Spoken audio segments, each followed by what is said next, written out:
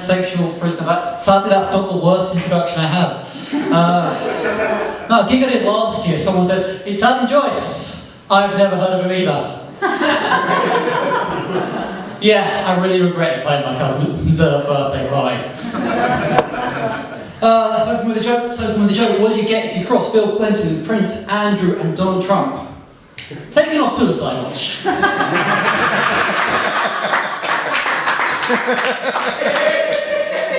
I was worried that one was going to die. That would just hang there forever. Oh, I've taken that a bit too far. How's everyone doing today? Everyone having a good day? Yeah. No, I got a great email today. So someone actually offered me to support a TV comic on a gig coming up soon. I was really pleased to receive it until I realised the gig's in 2 weeks, which basically means that email was shorthand for, "You're not our first choice, but you have a car, and we know you have no career."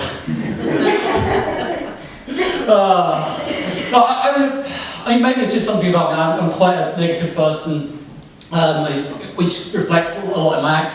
The trouble is, if I'm not negative about things, I just tend, I can be a bit of a dick at times. Like in the office at work the other day, one of the women, she was saying how her teenage daughter is going to her first concert. She's going to see Ariana Grande. My response was, "Oh yeah, I've heard some first can go with a bang."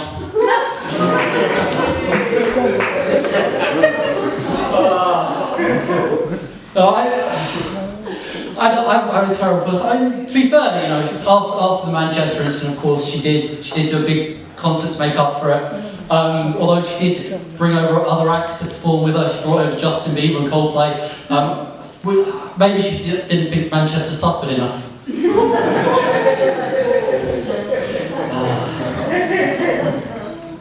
World's going crazy. I don't know if anyone's noticed this. I think the world is it's falling off a fucking cliff at the minute. I tell you what, has anyone seen this thing on Facebook lately? Over 1 million people have signed up to this Facebook event in a few weeks. So Rush Area 51. I mean, but no, seriously, that's crazy. I mean, they're looking to rush a heavily armed government facility on the hope that they might free some aliens. They've completely ignored the fact that there are concentration camps all along the southern border right now.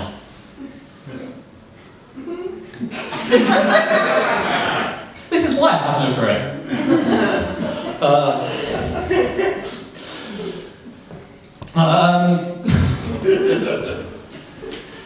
That's throwing me off. But I'm of course referring to Donald Trump's family separation policy, something he's tried to defend by stating Obama had a similar one. Obama did have a separation policy. It didn't involve cages, it involved a lot of drone strikes. Those things will separate anything. Body parts, families, whatever. And that is the reason they're not serving milkshakes in the bar tonight.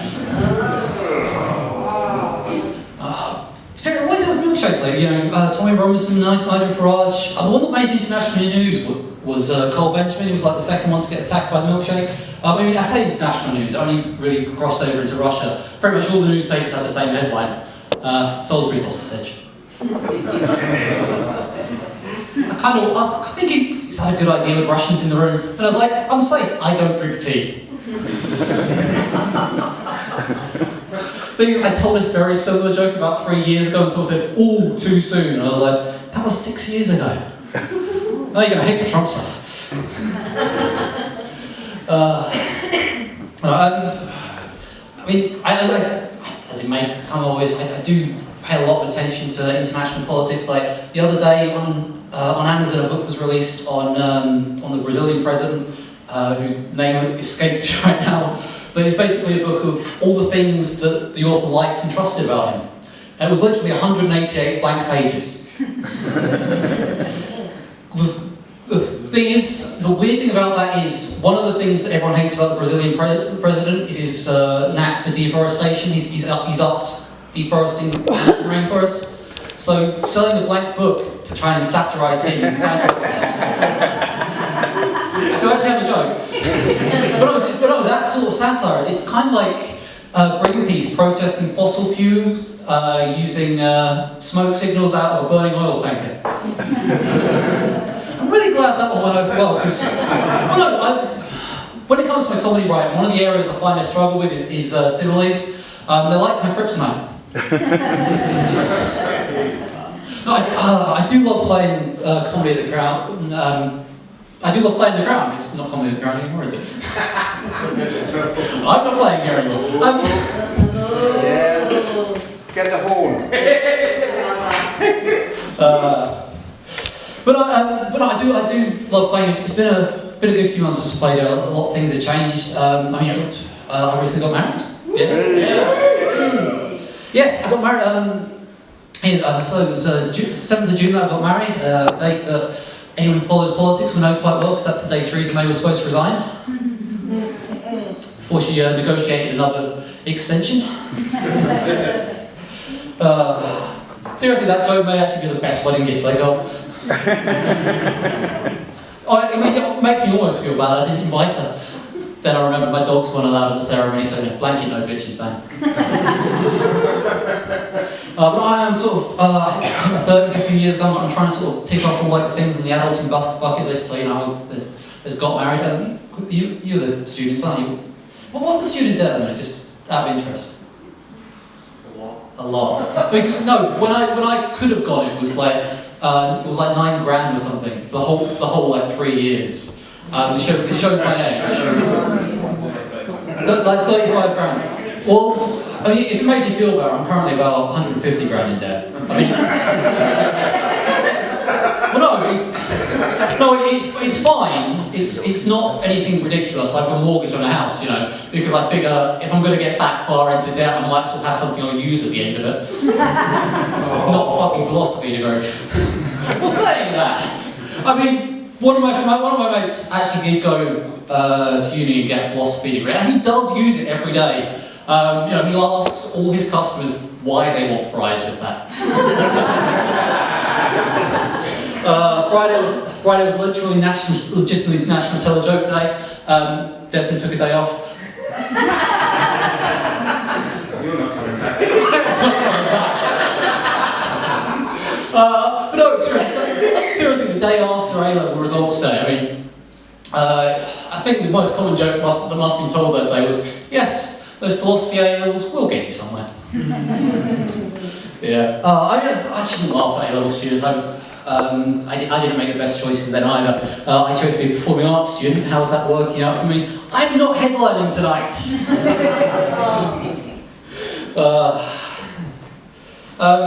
It's going to go somewhere from that, I can't remember. I'll go back to the adulting bucket list, because that's safe and I know it works. No, like I said, so I've gone through the adulting bucket list. I've done the marriage, I've done the house, and of course when you've got those two things, all your family are asking, you know, are there going to be kids anytime soon? I mean, we did have that conversation. Well, I tried to have that conversation. She just took one look at the comic books on the shelf next to me and said, one's enough. I mean, I paused Mario Kart for this conversation and everything. So instead of kids, we've got 2 dogs instead. I say got 2 dogs. The term's rescued. I'm not quite sure how we rescued them. You know, they were running around some nice open farmland for about a month. They're currently cooped up in a 2-bedroom terrace house in Southend. Then again, the farmland was in a place called Basildon. I don't know if anyone here is familiar with Basildon in Essex. Yeah, for those who aren't, let me try and sum it up for you. Imagine a place so hopeless even Rihanna couldn't find love there. If you can't imagine that, just imagine Emma Hempstead. So yeah, we've got these 2 dogs, and as soon as we got them home, being the millennials we are, all the pictures went up on Facebook, and one of the women from my office commented, she said, "Ah, so you've got 2 fur babies there," which is such a ridiculous. So I hate the term fur babies. It sort of equates dogs to children. They really aren't. I mean, take mine for instance. They're going to be on their own for a good few hours tonight because I'm here, she's working, and not for 1 second are we considering the lies we can have to tell the Portuguese police about.